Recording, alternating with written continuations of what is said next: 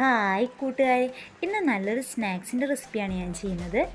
ഇതിനാവശ്യമായ സാധനങ്ങൾ എന്തൊക്കെയാണെന്ന് നോക്കാം. ഇതിനു വേണ്ടി ഞാനിവിടെ എടുത്തിരിക്കുന്നത് 4 കഷ്ണം ബ്രെഡാണ്. പിന്നെ സ്ട്രോബെറി ഫ്രൂട്ട് ജാമാണ് എടുത്തിരിക്കുന്നത്. നിങ്ങൾക്ക് ഏത് ജാം വേണമെങ്കിലും എടുക്കാം. പിന്നെ 2 കോഴിമുട്ട എടുത്തിട്ടുണ്ട്. ഇനി നമുക്കിതെങ്ങനെയാണ് തയ്യാറാക്കുന്നതെന്ന് നോക്കാം. ഇതിനു വേണ്ടി ആദ്യം ഒരു മിക്സിയുടെ ജാറിലേക്ക് നമുക്ക് ഈ ബ്രെഡ് ഒന്ന് കഷ്ണങ്ങളായിട്ട് മുറിച്ചിട്ട് കൊടുക്കാം. ഇനി നമുക്കിത് നന്നായിട്ട് പൊടിച്ചെടുക്കണം. അപ്പം ഞാൻ ഈ ബ്രെഡ് ഇവിടെ നന്നായിട്ട് പൊടിച്ചെടുത്തിട്ടുണ്ട്. ഇനി നമുക്ക് ഇതിലേക്ക് നമ്മുടെ സ്ട്രോബെറി ഫ്രൂട്ട് ജാം ചേർത്ത് കൊടുക്കാം.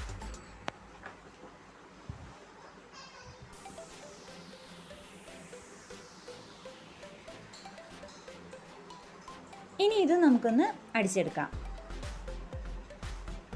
ഇപ്പം ഞാൻ ജാമും കൂടി ചേർത്ത് അടിച്ചെടുത്തിട്ടുണ്ട്. ഇനി നമുക്കിതിലേക്ക് മുട്ട ചേർത്ത് കൊടുക്കാം.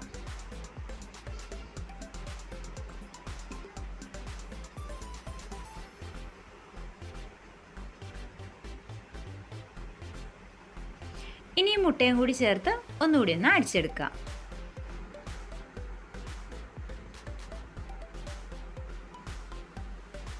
ഇനി നമുക്കിതൊരു ബൗളിലേക്ക് ഒഴിച്ചു കൊടുക്കാം.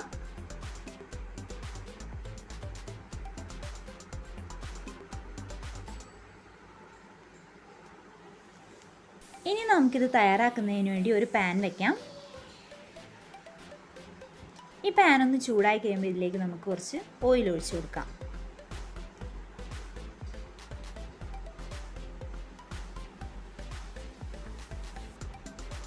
ഇനി നമ്മൾ തയ്യാറാക്കി വെച്ച മിക്സ് ഇതിലേക്ക് ഒഴിച്ചു കൊടുക്കാം.